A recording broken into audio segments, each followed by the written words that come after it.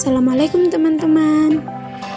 Pada video kali ini, saya akan membahas mengenai pendidikan demokrasi. Nah, apa sih pendidikan demokrasi itu? Untuk mengetahui semua itu, yuk disimak penjelasannya.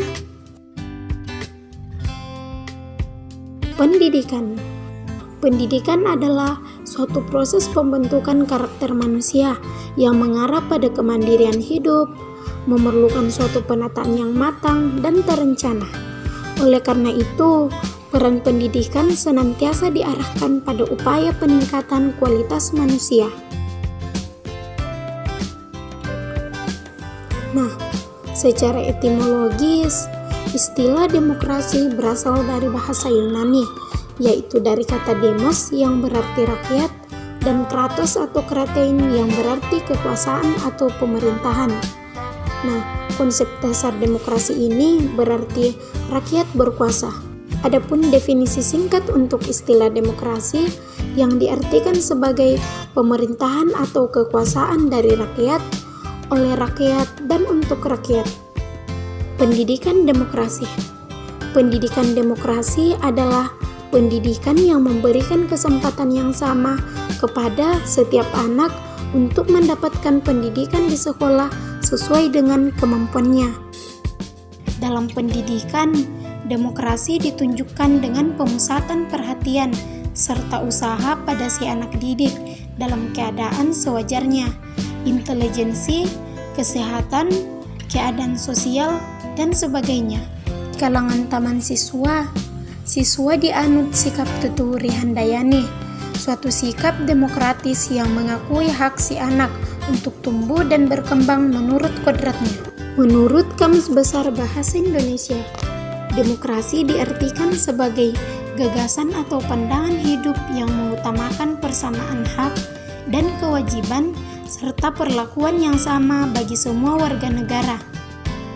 Sedangkan pendidikan demokrasi dalam pengertian yang luas mengandung 3 hal, yaitu yang pertama, rasa hormat terhadap harkat sesama manusia. Demokrasi pada prinsip ini dianggap sebagai pilar pertama untuk menjamin persaudaraan hak manusia dengan tidak memandang jenis kelamin, umur, warna kulit, agama, dan bangsa. Dalam pendidikan, nilai-nilai inilah yang ditanamkan dengan memandang perbedaan antara satu dengan yang lainnya. Yang kedua yaitu setiap manusia memiliki perubahan ke arah pikiran yang sehat. Dari prinsip inilah timbul pandangan bahwa manusia itu harus dididik, karena dengan pendidikan itu manusia akan berubah dan berkembang ke arah yang lebih sehat, baik, dan sempurna. Yang ketiga yaitu rela berbakti untuk kepentingan dan kesejahteraan bersama. Dalam konteks ini, pengertian demokrasi tidaklah dibatasi oleh kepentingan individu-individu lain. Dengan kata lain, seseorang menjadi bebas karena orang lain menghormati kepentingannya. Adapun definisi demokrasi pendidikan menurut beberapa ahli, yaitu yang pertama, dalam kamus New Book of Knowledge volume 4 disebutkan bahwa yang dimaksud dengan demokrasi pendidikan adalah demokrasi yang memberikan kesempatan pendidikan yang sama kepada semua orang tanpa membedakan suku, kepercayaan, warna, dan status sosial. Kemudian menurut Febrianto, demokrasi pendidikan adalah pendidikan yang memberikan kesempatan yang sama kepada setiap peserta didik untuk mencapai tingkat pendidikan sekolah yang setinggi-tingginya sesuai dengan kemampuannya. Yang ketiga yaitu menurut Sugarda Purbakatwaja, demokrasi pendidikan adalah pengajaran pendidikan yang semua anggota masyarakat mendapatkan pengajaran dan pendidikan secara adil.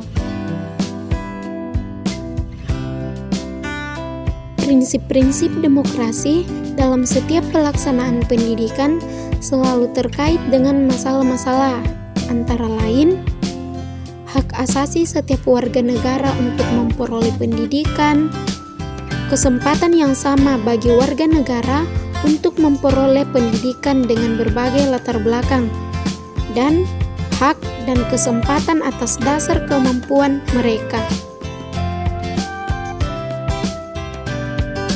Selanjutnya, permasalahan pendidikan demokrasi di Indonesia.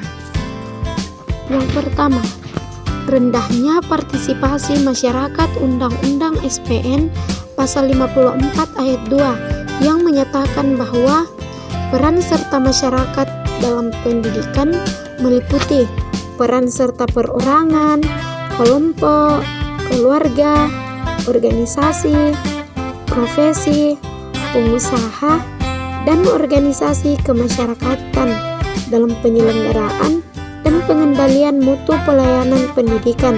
Misalnya, praktik peran masyarakat yang masih rendah tentang pentingnya pendidikan. Ada kalanya dalam hal kegiatan sekolah, kadangkala orang tua kurang mendukung dalam kegiatan sekolah tersebut. Dalam menyelesaikan permasalahan pendidikan di Indonesia, terdapat beberapa usaha, antara lain sebagai berikut. Yang pertama, upaya peningkatan mutu pendidikan dilakukan dengan menetapkan tujuan dan standar kompetensi pendidikan, misalnya dengan penyempurnaan kurikulum, pelaksanaan paradigma pendidikan yang berkaitan dengan penyelenggaraan pendidikan sesuai dengan dasar negara Indonesia, yaitu Pancasila. Yang kedua, peningkatan efisiensi pengelolaan pendidikan, misalnya kebijakan pemerintah dengan mencanangkan dana BOS. Selain dana BOS, ada juga beasiswa bagi murid yang kurang mampu maupun anak yang berprestasi baik. Ini sangat membantu kelangsungan pendidikan mereka. Selanjutnya yang ketiga, peningkatan relevansi pendidikan mengandung arti karena tidak ada keserasian antara hasil pendidikan dengan kebutuhan dunia kerja. Yang menjadi masalah utama karena keterampilan yang dimiliki tidak sesuai dengan yang dibutuhkan, sehingga sekarang banyak berdiri sekolah-sekolah kejuruan yang mencetak siswa untuk dapat mempunyai keterampilan sesuai dengan profesi yang diinginkan, misalnya STM, SMK, serta sekolah keterampilan. Selanjutnya yang keempat, untuk mengatasi rendahnya kualitas guru, pemerintah sekarang mengeluarkan kebijakan bahwa guru SD minimal harus S1 atau strata 1 dan dalam proses belajar mengajar harus sesuai dengan kode etik guru untuk meminimalisir hal-hal yang tidak diinginkan, serta guru itu tidak hanya mengajar tetapi juga harus memberi contoh yang baik atau teladan bagi siswa-siswanya.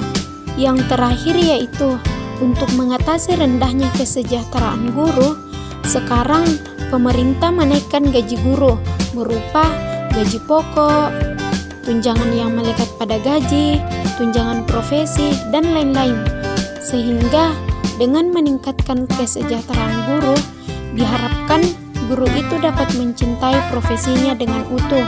Artinya, guru itu tidak akan mencari pekerjaan sampingan untuk menambah penghasilan, jadi dapat berkonsentrasi dalam proses pendidikan, khususnya proses belajar mengajar.